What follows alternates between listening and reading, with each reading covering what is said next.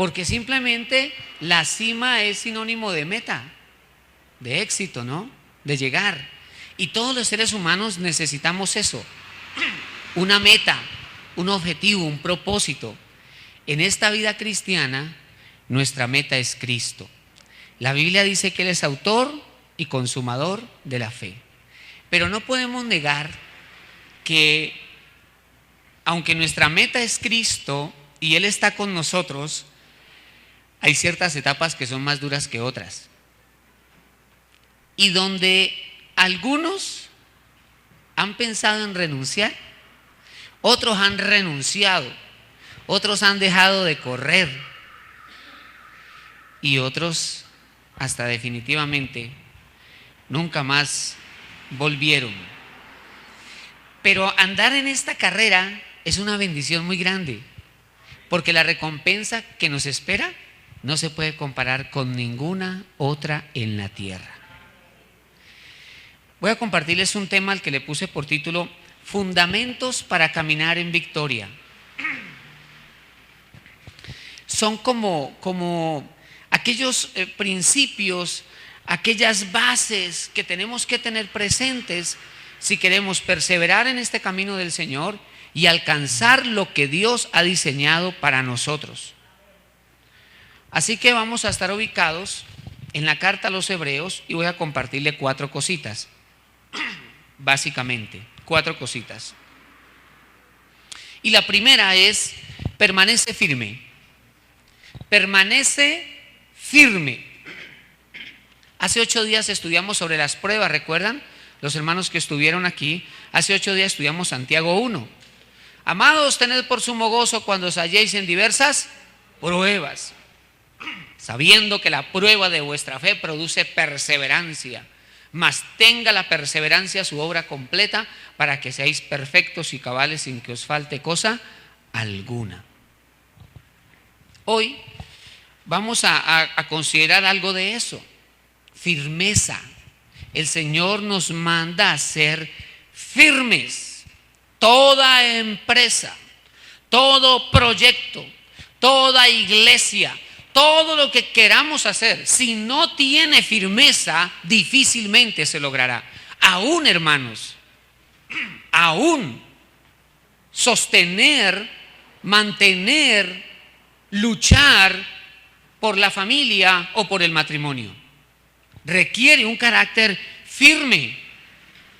Y la vida cristiana no es su excepción. Y si queremos lograr algo significativo en el Señor, se requiere firmeza. Vamos a leer Hebreos capítulo 10. Es muy importante que tengamos esto en cuenta.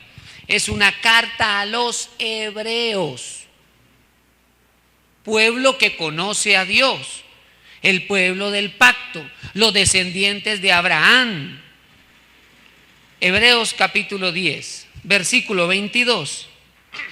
Pero aquí el Señor le está hablando a unos hebreos que se han convertido a Jesucristo el Señor. Hebreos 10, ¿están conmigo, hermanos? Dice el verso 22: acerquémonos con corazón sincero, en plena certidumbre de fe, purificados los corazones de mala conciencia y lavados los cuerpos con agua pura. Mantengámonos firme, sin fluctuar, la profesión de nuestra esperanza, porque fiel es el que prometió. El que prometió es fiel. ¿Usted alguna vez ha estado esperando algo que alguien le prometió? ¿Cierto? Y cierto, hermanos, que a veces uno pone casi que el corazón y la vida en manos de otro. Y uno dice: no, yo estoy esperando. Me dijeron que el 22. No, ya me dijeron que para el 28. No, que el primero, pero si es en serio, me lo prometieron. Y ponemos nuestro corazón en las palabras de un hombre, de un ser humano. Pero el que nos prometió a nosotros es fiel. Vamos a ver aquí esto de permanecer firme. En primer lugar, permanecer firme implica superar obstáculos. Hermanos, permanecer firme sin obstáculos no requiere firmeza. ¿Para qué valor y para qué fuerzas si no hay obstáculos? ¿Para qué esforzarme si el camino no me lo exige? Cuando la Biblia nos habla a nosotros de firmeza, es porque de manera implícita nos está diciendo hay obstáculos y cosas difíciles que superar. Ojalá y eso no estuviera, pero eso aparece en el camino. Y el Señor aquí le está hablando a una comunidad consciente de que está enfrentando y que enfrentará obstáculos. Ojalá y encontráramos versículos que nos dijeran que no enfrentaremos ningún tipo de problema, pero los obstáculos aparecen. Las decepciones, equivocaciones, crisis de fe. Aún los hombres y mujeres ungidos y ungidas del Señor en esta tierra han entrado en crisis de fe. Así que nosotros no podemos condenarnos o flagelarnos porque en algún momento tengamos una crisis de fe. Asustémonos cuando aquella nos aleje de Dios. Porque algunas veces la mente puede precisamente razonar y cuestionar ciertas cosas, pero al fin y al cabo nuestra fe no está en función de la razón, nuestra fe está en función de nuestro corazón, de nuestro espíritu. Y Dios es espíritu. Nuestra fe está basada en un Dios real y personal, que es fiel y cumple su palabra. En segundo lugar, ese permanecer firme requiere algo muy importante, hermanos: una renovación continua. Sí que es difícil pretender avanzar en los caminos del Señor sin renovarnos en Él. Cuando usted se sienta cansado, cuando usted se sienta fatigado, cuando usted piense que como que no puede continuar, entre en la presencia de Dios. Pero nunca abandone la carrera. Una cosa es hacer un espacio donde voy a reflexionar y voy a pensar, pero otra cosa es renunciar. Eso es muy diferente. Eso es como en una carrera de vehículos, ¿verdad? Cuando llegan ahí a la zona de pits y hay que ponerle gasolina y hay que cambiarle llantas o inflarlas, en fin. Porque en este camino aparece eso, aparece la fatiga, el desaliento, la duda. Los cercanos te cuestionan y te cuestionan con preguntas pues de mucho valor. Bueno, ¿y usted qué ahora entonces? ¿Por qué está metido en problemas? Y le dejan a uno como no sabe qué decir, excepto, pero Dios me va a ayudar, y uno no sabe qué, porque lo cuestionan y lo cuestionan con argumentos. Entonces esas situaciones las vamos a vivir y por ende al llegar la duda, entonces vienen los deseos muchas veces de renunciar. Pero la solución no es renunciar, la solución es ir a la presencia de Dios y escuchar a Dios y ser ministrado por el Señor.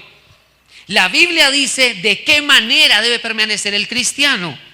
Miren ustedes el verso 23, dice: mantengámonos firme, sin fluctuar. Me llamó esa palabra fluctuar porque en primera instancia cuando yo la leo y la primera impresión que tuve fue como en dos caminos. Fluctuar, yo entiendo eso, ¿no? Dos áreas, dos hemisferios, dos caminos. Pero resulta que la palabra griega, en primer lugar, traduce sin doblarse. Mantengámonos firme, sin doblegarse, sin doblarse, firme en el Señor. Amén. Aunque venga el dardo del diablo, aunque venga la tentación, aunque te hablen las circunstancias adversas, aunque venga fulanito, fulanita y te diga y esa cantidad de cosas, no importa. Dios anhela y espera de ti que te mantengas firme sin doblarse. Cuando una persona es así, le da confianza al cielo. ¿O tú delegarías grandes cosas de ti a alguien fluctuante. El cielo también opina lo mismo. Y es por eso que Él nos llama a ser firmes y sin fluctuar. Ahora el versículo nos dice que esa firmeza está basada en algo. La parte final del versículo 23 dice: porque fiel es el que prometió. Dios es fiel. Y si Dios ha prometido algo, Él lo cumplirá. Dios lo cumplirá. Pastor, pero si alguien, Dios le ha dicho algo de alguien y ese alguien no camina con Dios, ¿Dios cumplirá lo que dijo? Voy a darle un ejemplo y ahí está mi respuesta. Cuando Dios llamó a Israel, le dijo: te saqué de la tierra de la opresión y te llevaré a la tierra que fluye leche y miel, la tierra de la abundancia. Ellos salieron, creyeron en los milagros, vieron las señales, avanzaron, Dios les abrió el mar rojo y comenzaron a caminar, y en el camino comenzaron a murmurar y comenzaron a levantarse contra Dios, y tuvo que venir una disciplina fuerte de parte del Señor, pero su corazón era duro, rebelde, como dice la Escritura, pueblo duro de cerviz. Al final ese pueblo se levanta contra Dios mismo y su modelo, viendo las señales. Es que, perdóneme hermano, a mí me asombra, no queriendo decir con esto que yo nunca lo haría, porque es que a veces nosotros somos casi que más santos que Dios. Pero los que estaban en el desierto, dice la Escritura, veían todos los días, en el día la nube y en la noche la columna de fuego. Un milagro, algo sobrenatural todos los días. Sin embargo, el pueblo, y ese es un detalle, el pueblo se habituó al milagro. Y entonces luego murmuraban, aunque eran testigos de lo sobrenatural, murmuraban contra Dios. Entonces al final, ¿qué hizo Dios? Le dijo a Moisés: quítate en medio que los voy a destruir. Moisés dijo: no, Señor, que eran las naciones que sacaste a este pueblo para matarlo en el desierto. Entonces Dios le dijo: los perdonaré, pero no entrarán a la tierra prometida. Todos los mayores de 20 años morirán en el desierto, solo entrarán los menores de 20 años. Ahí va mi respuesta. Dios dijo: los llevaré a la tierra prometida. De manera que aunque Dios tenga que cambiar de generación, Dios cumplirá lo que dice. El asunto es que yo debo aprovechar lo que Dios está diciendo de mí, someterme a Él y caminar con Él para que lo que Él ha dicho se cumpla en mi vida y no en la vida de otros. Porque fiel es Dios que prometió. En otras palabras, lo que el versículo nos dice es: mantente firme porque Dios no te fallará. No importa lo que le digan. No importa que aunque a veces se levante el tiempo como un factor para preguntarse: pero es que vea, yo llevo 12 años en el Evangelio y antes de ser creyente yo hasta más plática tenía.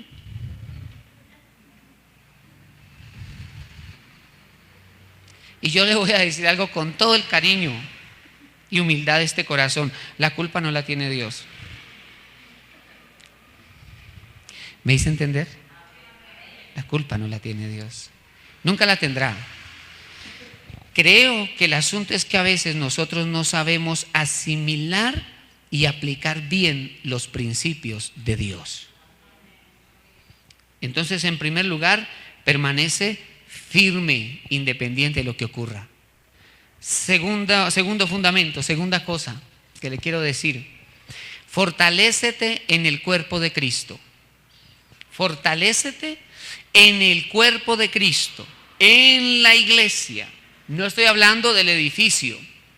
Este edificio es un templo, es un lugar donde Dios nos ha permitido reunirnos, pero la iglesia de Cristo son ustedes. Hebreos capítulo 10, versículo 24 y 25. Dice el 24: y considerémonos unos a otros para estimularnos al amor y a las buenas obras, no dejando de congregarnos como algunos tienen por costumbre, Óigame, perdón, detengámonos ahí. O sea que había hermanos allá en este pueblo hebreo que tenían la costumbre de no congregarse. Eso no es nuevo. Mire, por eso el autor dice, como algunos tienen por costumbre. Entonces el hermano no se congregaba, o bueno, iba por allá de vez en cuando, cada 2 meses, pero por allá en la calle se encontraba con otros cristianos. ¿Y usted es cristiano? Sí, claro. ¿Y usted dónde va? Allá a la iglesia que queda yo no sé dónde. Ah, ya.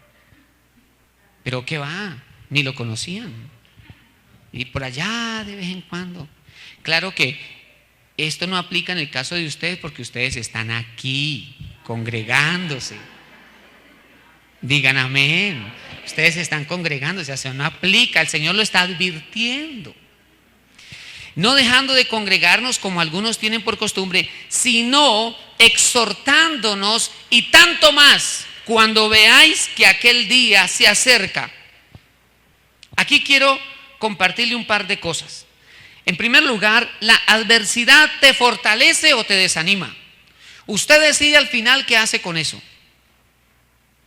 Usted al final, yo le decía a un hermano,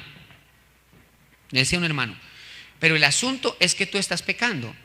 Y me dijo, pero ¿cómo yo pecando? Si es que a mí fue que me ofendieron. Ella fue la que tuvo la culpa. Le dije yo, usted está diciendo eso porque se está justificando, pero usted está pecando. Porque usted está lleno de rabia y de enojo. Eso es pecado. Porque usted tiene que perdonar. Entonces, él no quería aceptar que estaba actuando mal porque ella había actuado mal. Ella fue la que cometió el error. El asunto es que le dije, el asunto es que tú estás administrando mal la ofensa. Porque a usted y a mí nos van a ofender. ¿Qué vamos a hacer? A nadie le gusta, ¿verdad? Pero a nosotros nos van a ofender, hermanos. Nos van a ofender. ¿Qué vamos a hacer? Y en algún momento van a hablar mal de usted. Así que por eso usted no ponga su valor personal en lo que digan los demás. Usted y yo somos ante todo hijos de Dios. Y por tal nos van a señalar o nos van a cuestionar, o en algún momento va a haber un señalamiento. ¿Qué vamos a hacer? Pero eso no debe afectar nuestra autoestima. Tenemos nuestra identidad clara. Somos hijos de Dios. Así que cuando llega la adversidad o llega el señalamiento, yo decido qué hago con eso. A alguien puede llegarle un mal comentario y eso lo manda por allá a un rincón. Y lo pone a llorar, ya sé que caiga en depresión y todos me odian y nadie me quiere y todo ese asunto. Y por allá, yo decido si yo dejo que eso me tumbe, me derribe. O más bien uso eso para orar, bendecir a esa boca y que Dios le ayude y sigo para adelante en el nombre del Señor. Mire, amado y amada, a usted le tiene que afectar tanto una calumnia como una alabanza. Si hablan bien de usted, gloria a Dios, qué bueno, sí hermano, qué bendición, listo. Hablaron mal de usted, gloria a Dios, bendigo esa boca, que el Señor les ayude. Pero si a usted una alabanza lo levanta al tercer cielo y usted se siente, uy, cuidado con eso, porque cualquier calumnia, sea que hablen bien o que le hablen mal, bendiga a los demás. Y usted continúe en su camino. Acuérdese, hermano, que la envidia es admiración con enojo. Y ya, sencillo. La adversidad te fortalece o te desanima. Es importante que aquí consideremos el momento histórico cuando se escribe la carta a los hebreos, porque resulta que los hebreos estaban enfrentando un momento muy difícil. Ellos estaban enfrentando persecución. Los judaizantes, ¿quiénes eran los judaizantes? Los judaizantes eran judíos que habían creído en Cristo, pero que enseñaban que todavía tenían que sacrificar corderos, que todavía tenían que practicar la circuncisión, que todavía tenían que guardar el sábado, etc. Es decir, creen en Cristo, pero hay que seguir guardando la ley, decían ellos. De manera que estaban viniendo a estos hebreos que habían creído en Jesucristo para que ya no siguieran más sacrificando corderos. Hermanos, es que esto no era fácil para ellos. Para nosotros como cultura occidental es sencillo, porque es que ¿quién de nosotros sacrificó un cordero? O una oveja. Nosotros no pertenecimos a esa cultura ni a esa sucesión histórica. Ellos sí. De manera que para ellos formaba parte de su culto sacrificar un cordero. Ahora creen en Jesucristo, entonces ya dejan de sacrificar el cordero. Entonces hay un cambio de culto. No era fácil para ellos. Y entonces aparecen los judaizantes que le dicen, sí, Jesucristo es el Señor, pero hay que sacrificar el cordero. Entonces algunos estaban cayendo en eso de nuevo. Pero además enfrentaban también a un enemigo externo que era el Imperio Romano, porque los estaban persiguiendo. Entonces lo que la Biblia nos dice aquí, acabamos de leer, es que nos animemos unos a otros. Que nos animemos unos a otros. Es que hay hermanos que ven a otro que se aleja y levantan ese dedo acusador y fariseo. Véalo, vea. ¿Sí ve? Sinvergüenza ese. Yo sabía que en algo andaba. Miren. No. Mire, amado hermano. Dos cosas. Una, Dios es santo. Y por eso debe haber temor de Dios en nuestro corazón. Pero la segunda es que por la gracia de Dios, usted y yo no estamos por ahí revolcados en el pecado. Menos amenes, pero así es. Usted y yo estamos aquí por la gracia de Jesucristo. Y si nos hemos mantenido en su camino, es por la gracia y misericordia de Jesucristo el Señor. No es por virtud suya ni capacidad propia, es por la gracia de Jesucristo. Es decir, ese dedo señalando al otro, cuidado porque mañana le apunta a usted. Entonces yo sé que fulano la embarró, Dios lo ayude. Amado, vuelve a los caminos del Señor. Ese camino por el que vas te va a hacer sufrir más dolor. Vuelve al Señor, pero es en una actitud de amor como familia cristiana. Si dentro de la familia cristiana yo veo a uno que está apagado, que se le está acabando la velita, le queda una mechita ahí de fuego. Hermano, venga, ¿qué pasa? Yo lo veo frío. Uy, sí, tiene ahí -3 grados, estás grave, hermano, pero vamos otra vez a buscar al Señor, vamos a la iglesia. Amén. Estimularnos los unos a los otros en amor, en buenas obras, dice la Biblia. Y en segundo lugar, allí vemos que congregarse es una bendición. Congregarse es una bendición. Yo le doy gracias a Dios porque hace poco, los viernes, terminamos el estudio de las 7 iglesias de Apocalipsis. Yo les pido el favor de que estemos orando al Señor para que Dios nos guíe y empecemos los viernes otra vez un estudio metódico, ¿no? Porque creo que de las cosas preciosas que Dios nos ha dado a nosotros es la administración del tiempo. Y el sacar los viernes este tiempo para venir a estar reunidos, pues qué bueno poder hacerlo y ser edificados en la palabra con una enseñanza sistemática, ordenada, que seamos edificados. Así que vamos a estar orando al Señor para que nos guíe qué seminario vamos a empezar. Amén. Solo que no lo arranco ahora porque estamos trabajando con los documentos de los estatutos. Estoy trabajando también, o tengo que empezar a trabajar también con el módulo de la nueva escuela. Entonces eso, comprometerse para quedar mal tiempo sobra. Así que dentro de unos días vamos a empezar un seminario los viernes, de nuevo, con la ayuda de Dios. Congregarse es una bendición. Venimos, estamos en una atmósfera de adoración, alabamos a Dios, abrimos nuestro corazón para ser ministrados por el Señor y para ser edificados por su palabra. El simple hecho de escuchar la palabra del Señor ya es una bendición. Y cuando estamos allí sentados recibiendo la palabra, hay cosas que yo no digo, pero usted las lee y usted como que se le prende un bombillito. Yo no había visto esto. Y hasta interrumpe al del lado. Mira esto. Sí. Yo no había visto esto y yo había leído esto.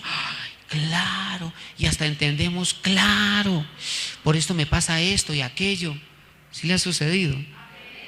Y son bendiciones que el Señor nos da aquí, reunidos.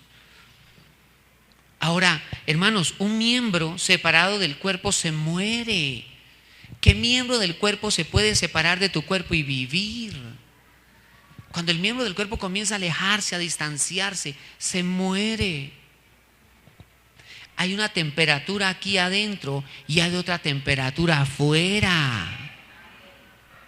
Hay una atmósfera aquí, hay otra afuera. Aquí hay ángeles del Señor. Esta reunión es seria. Esto es serio, amados. Aquí hay ángeles del Señor. ¿Sí? Y los demonios se asustan. Hay demonios que se quedan afuera, no entran.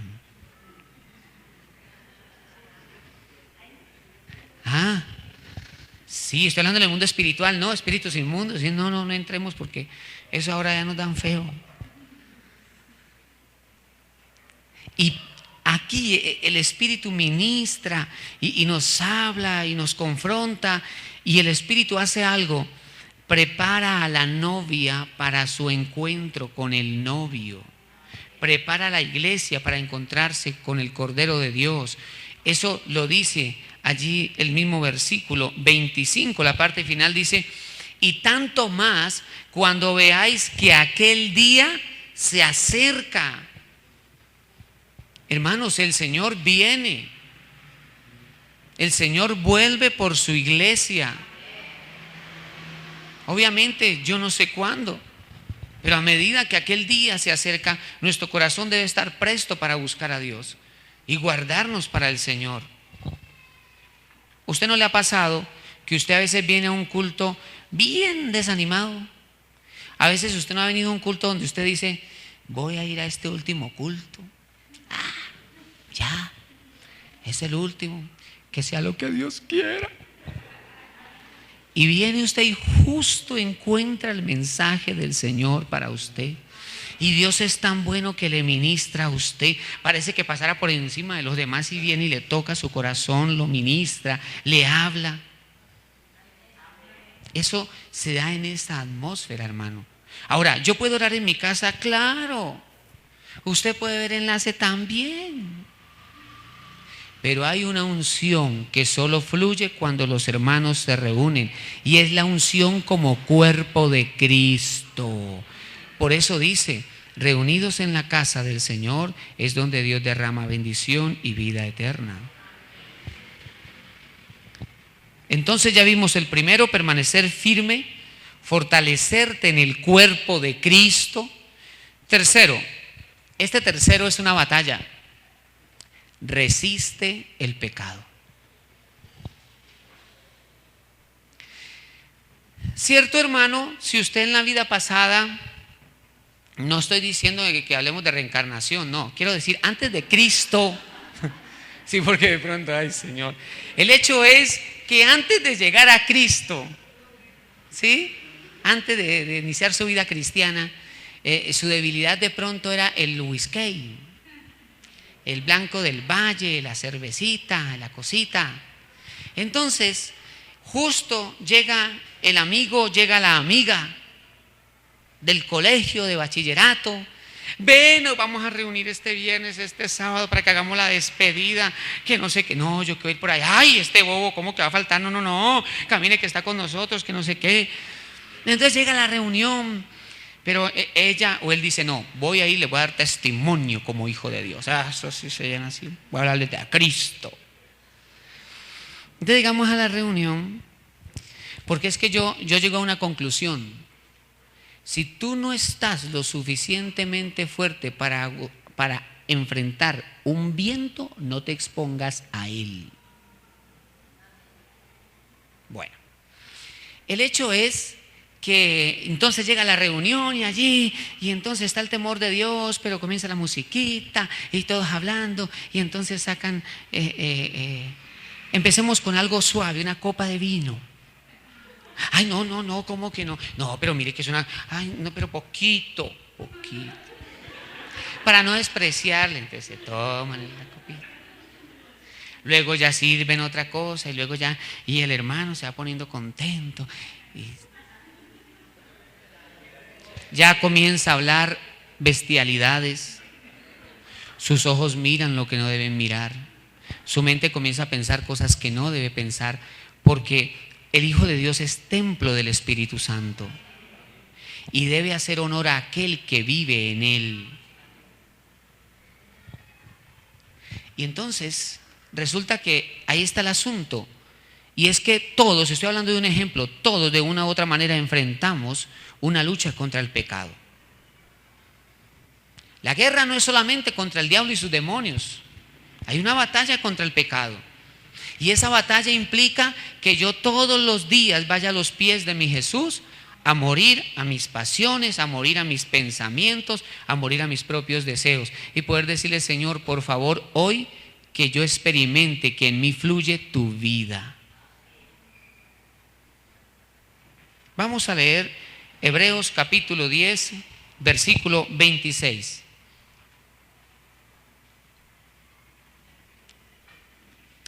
Porque si pecáremos voluntariamente, después de haber recibido el conocimiento de la verdad, ya no queda más sacrificio por los pecados, sino una horrenda expectación de juicio y de hervor de fuego que ha de devorar a los adversarios. ¡Uy!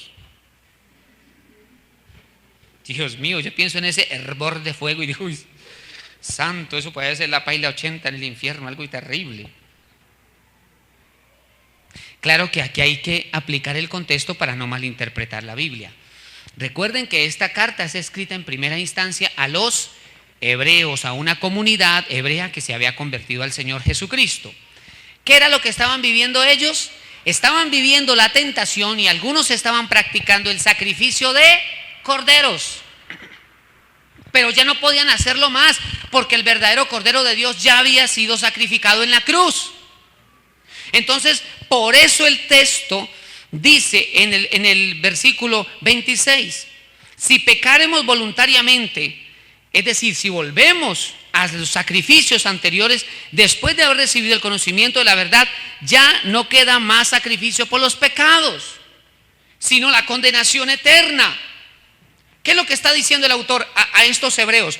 Hermanos hebreos, si ustedes vuelven a sacrificar corderos, están menospreciando el verdadero sacrificio de Cristo y esa sangre de animales no los va a salvar. Así que ustedes se van a condenar. Van a ir al hervor de fuego. ¿Me hice entender, amados hermanos? Pero resulta que aunque este texto aplica literalmente para ellos, porque lo que pasaba era que la comunidad quería volver a los sacrificios de la ley. ¿Es el punto que sigue allí? No, devolvámoslo por favor. Les compartía eso. La comunidad quería volver a los sacrificios de la ley.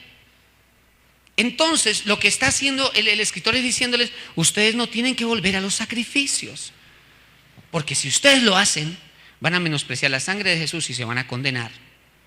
Bien, el versículo aplica para los hebreos de esa época, pero ahora hagamos una aplicación devocional, porque toda la escritura es inspirada por Dios para edificación nuestra. Amén. Entonces hablemos. ¿Cierto que a veces pecamos sabiendo que es pecado?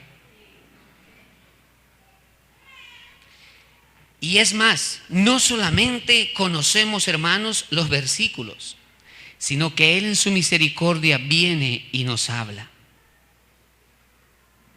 Y nosotros transgredimos la ley. Conocemos el mandamiento y lo traspasamos, lo quebrantamos. Y la medida de la misericordia solo Dios la sabe. Pero algunas veces nosotros somos osados, yo diría atrevidos. Y a veces parece que jugáramos con la gracia del Señor. Pero lo terrible del pecado, hermanos, no es la condenación eterna, sino que el pecado debilita al creyente, lo hace vulnerable. El pecado hace que el creyente pierda su fe. El pecado conduce al dolor y al fracaso. Ustedes y yo sabemos que cuando pecamos, las consecuencias del pecado no solo nos afecta a nosotros, sino que afecta también a los seres que amamos. Es decir, a aquellos que amamos y que más queremos proteger, los terminamos hiriendo, los terminamos lesionando. No es solamente en sí el pensar que el pecado nos va a traer una disciplina del Señor, sino todo lo que nos afecta. El pecado afecta la relación con Dios. Porque la verdad es que orar, cuando estamos desobedeciendo al Señor, eso se levanta como un obstáculo, como un muro que nos impide acercarnos al Señor. Y así es, la Biblia lo dice, el pecado hace que el rostro de Dios se aleje de nosotros. Gracias a Dios, la misma Biblia nos enseña y nos dice: el que encubre su pecado no prosperará, pero el que los confiesa y se aparta de ellos alcanzará misericordia. Entonces, así como yo reconozco que he pecado, entonces lo que debo reconocer es también cuál es el camino. Y el camino es arrepentirme. El camino es reconocer que ciertamente lo que he hecho está mal a los ojos de Dios. Y debo pedirle perdón a mi Señor y pedirle a Dios su fuerza para apartarme del pecado. Porque el que los confiesa y se aparta alcanzará misericordia. Porque la misericordia de Dios siempre está presta para todo aquel que se vuelve a Dios. Así que nosotros tenemos esa lucha también. Y saben, la tentación en algún momento va a llegar, hermano. En algún momento va a llegar. Usted me puede decir: uy, pastor, a mí a diario. Pero la Biblia dice que fiel es Dios, que dará con la tentación juntamente la salida para que podamos soportar. Así que cuando la tentación llegue, dile: Señor, muéstrame la salida, que yo quiero salir corriendo. Para mí es un ejemplo José, el hijo de Jacob. ¿Se acuerda? La historia cuando él llegó a la casa de Potifar. Ese muchacho llegó con la gracia de Dios. Fue próspero en todo lo que José hacía, Dios lo bendecía. Y entonces la esposa de Potifar, digo yo, la Potifara, puso los ojos en él. Dijo: ese muchacho. Y le ponía cuidado, y ese muchacho tenía 17, por Dios, diga que llevaba un año, tenía 18, tenía los calores en la cabeza, las hormonas le revoloteaban, y esta Potifara comenzó a presionarlo. Y un día, dice la Biblia, un día empezó a quitarle la ropa a ese muchacho. Pero ¿sabe cuál fue? Escúcheme, ¿cuál fue el argumento de este joven? Él dijo: ¿cómo mi Señor me ha puesto todo lo suyo en mis manos? ¿Cómo yo haría este grande mal con usted y pecaría contra mi Dios? Él no tenía iglesia local, no tenía pastor que le estuviera diciendo: hermano, mucho cuidado con la Potifara, mi hijo, por favor. No, él estaba solo. Lo vendieron los hermanos, estaba en Egipto. No tenía ni siquiera un rollo de la ley para leerlo como nosotros tenemos la Biblia. Prendemos el televisor y está enlace, prendemos la radio y escuchamos. No tenía nada, pero tenía mucho más de lo que a nosotros nos falta, y se llama temor de Dios. Por eso para mí ese hombre es una inspiración, hermano. Valores, principios. Que Dios nos ayude a nosotros a ser hombres y mujeres de Dios.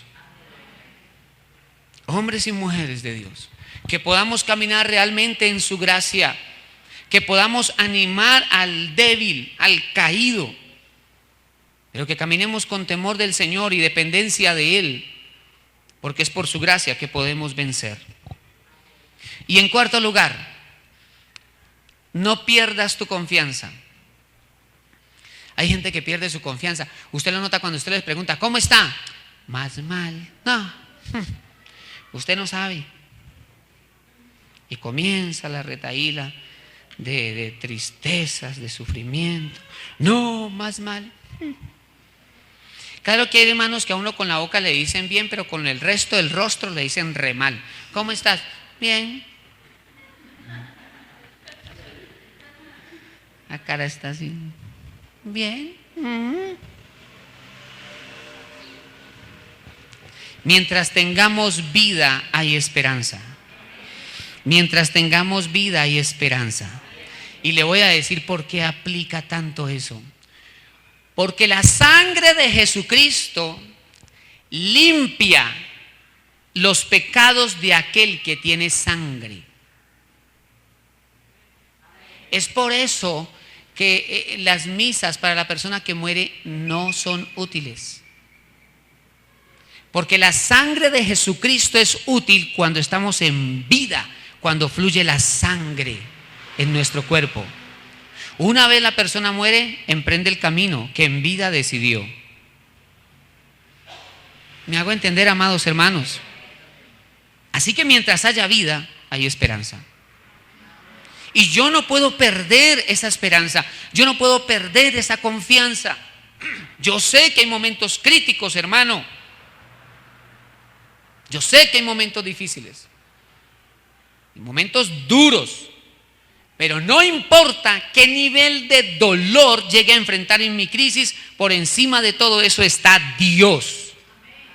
Y las promesas de Él las cumplirá. Él las cumplirá. Vamos a ver en primer lugar, literal A, que la oposición es un arma, es una estrategia del enemigo de nuestras almas. La oposición es una estrategia del enemigo que procura desanimar al Hijo de Dios. Una de las armas del enemigo es traer desánimo en el Hijo de Dios, es traer desaliento, es traer fatiga. Leamos por favor Hebreos capítulo 10, versículo 33 y 34. Hebreos 10, 34. Porque de los presos también os compadecisteis, y el despojo de vuestros bienes, versículo 33. Por una parte, ciertamente con vituperios y tribulaciones fuisteis hechos espectáculo, y por otra, llegasteis a ser compañeros de los que estaban en una situación semejante, porque de los presos también os compadecisteis. Oiga lo que dice ahora: y el despojo de vuestros bienes sufristeis con gozo, sabiendo que tenéis en vosotros una mejor y perdurable herencia en los cielos. Hermanos, está claro que los planes de Dios con cada uno son grandes y son hermosos. Eso está claro en la Biblia. Pero no podemos negar las pruebas y no podemos negar las diversas estrategias de las tinieblas que procuran desanimar o detener a los hijos de Dios. En esos dos versículos, usted en su casa puede leer todo completo, nos habla allí de vituperios, que son calumnias, que son señalamientos, que son burlas. Nos habla de vituperios, nos habla de tribulaciones, nos habla de cárceles, nos habla de pérdida de bienes. ¿Ha perdido usted plática en un negocio?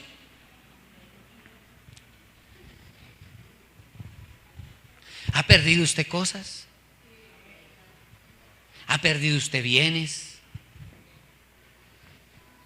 ¿Y cierto que ese tipo de situaciones a uno tienden a desanimarlo? Ahora, cuando uno es cristiano y uno va a emprender un negocio o una actividad comercial o alguna cosa, uno la emprende, pero uno la emprende con esa esperanza y esa expectativa de que todo va a salir bonito. ¿Sí o no? O cuando usted está haciendo algo en su casa. Yo a veces veía esas inundaciones y yo veía cuando se llevaban una casa. Y yo digo, Dios mío, a veces a una familia le cuesta toda una vida levantar una casa. Y en una noche un río se la lleva. Es duro. Eso es duro. Ellos habían perdido muchas cosas. Ellos eran perseguidos, a veces iban a dar a la cárcel. Y además de las luchas propias, Como cristianos enfrentaremos tribulaciones, momentos complicados. Si se viven sin Cristo, la diferencia es que ellos hasta se quitan la vida, pobrecitos, terminan en una clínica, sesiones de psiquiatra y demás. Pero nosotros somos hijos de Dios y nuestra perspectiva respecto a una situación es diferente. Y tenemos que ir y fortalecernos en el Señor. No podemos negar que esto es espiritual y que el enemigo aprovechará cualquier cosa para desanimarte. Y cuando se trata de una decepción, no solamente te va a traer desánimo, sino que va a querer tocar tu orgullo. Entonces te va a decir: nunca jamás volveré. Nunca más en la vida voy a confiar, nunca más en la vida, etcétera, etcétera. Y se produce ese rompimiento, ¿no? Y el diablo procura eso. Mire, hermano, la iglesia es como una familia. Y hay hermanos maduros, no digo tanto mayores, bueno, mayores espiritualmente hablando, maduros. Pero hay hermanos que son como niños, andan en pañales, pelean con todo el mundo, dan mal testimonio, no pagan sus compromisos, son infieles, etcétera. Dan lora en toda parte. Pero el hecho de que alguien a mí así me provoque un fracaso, alguna cosa, no es eso razón para que yo abandone los caminos del Señor. El hecho de que alguien me falle no significa que Él me va a fallar. Así que no pierdas tu confianza. Y por último, nuestra confianza, literal B, nuestra confianza está fundamentada, algo que está en el carácter de Dios, y es bendecir a sus hijos, es recompensar a sus hijos. Y en el cumplimiento de sus promesas. Dios es fiel y Dios cumple lo que Él promete. Dios cumple sus promesas. Vamos a leer Hebreos capítulo 10, versículo 35 y 36. Verso 35 dice: no perdáis pues vuestra confianza, que tiene grande galardón, es decir, que tiene grande recompensa. ¿Por qué la confianza es recompensada? Porque si hay algo que a Dios le agrada, es que le creamos. Es necesario que todo el que se acerca a Dios crea que le hay y que es galardonador, que es recompensador de los que le creen, de los que le buscan. Dios recompensa, Dios bendice, Dios recompensa, Dios bendice. No es en vano, hermano, el buscar a Dios, y no es en vano procurar aprender su palabra para caminar en ella. No es en vano negarnos a lo que el mundo llama bueno. No es en vano. Porque entonces habría injusticia en Dios. ¿Cómo Dios nos va a llevar a algo más malo?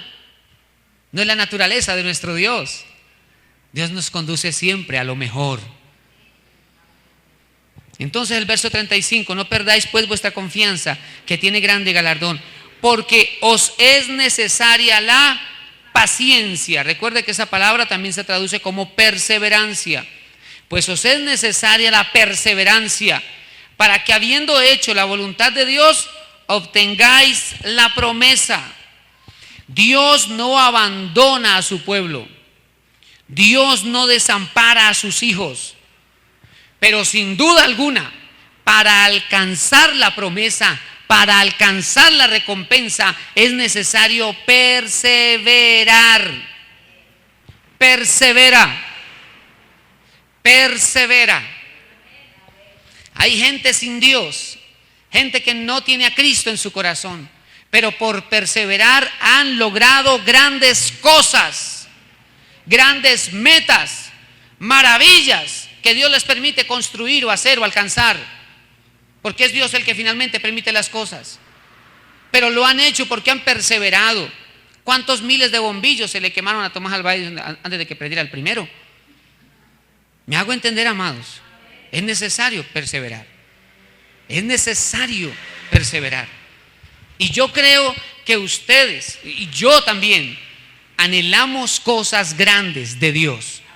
No sé cuál sea su sueño, no sé cuál sea su meta, yo no sé usted cómo se vea, pero usted debe tener sueños y metas grandes. Si no, la vida se vuelve religiosa, si no, la vida se vuelve una rutina, la vida se vuelve cansona. Usted se levanta una mañana y ya no tiene razones para levantarse. Vive por inercia, respira por costumbre.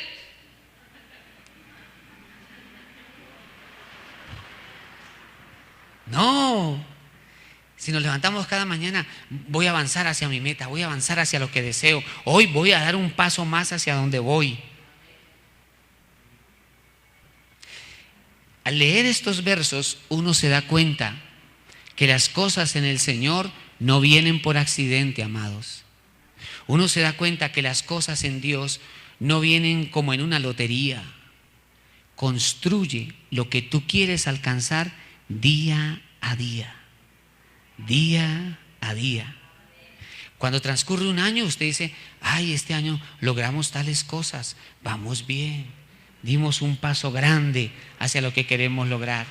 Luego el otro año, yo no sé, pero ya este enero prácticamente se acabó, ¿no? O sea que ya usted en este enero, ya usted tiene claro por qué va en este año.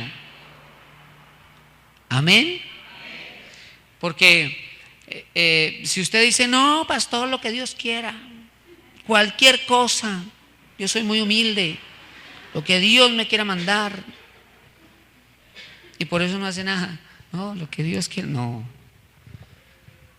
Usted no ve en la Biblia ese tipo de oraciones. Mire las oraciones en la Biblia, amados.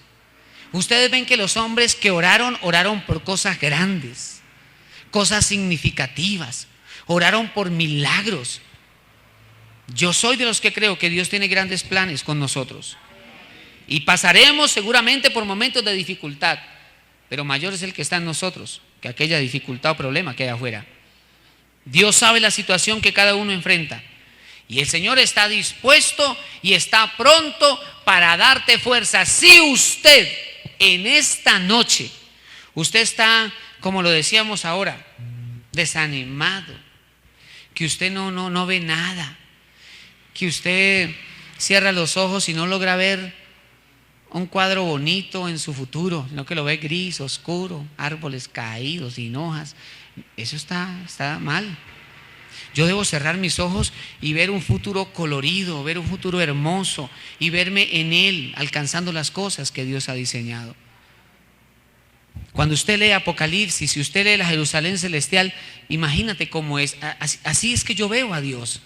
Dios quiere llevar sus hijos hacia cosas nuevas, en tu familia, en tu hogar, en tu matrimonio, con tus hijos, en el ministerio, en el servicio, en tu negocio, en tu empresa, en tu carrera, en tu profesión. Yo no sé qué le está encomendando Dios. Yo no sé cuál sea su pasión y que sea lo que Dios ha puesto en el corazón. Pero quizás esta noche sea el tiempo para decirle, Señor, yo quiero renovar esa pasión por eso. Señor, yo quiero hacer tu voluntad.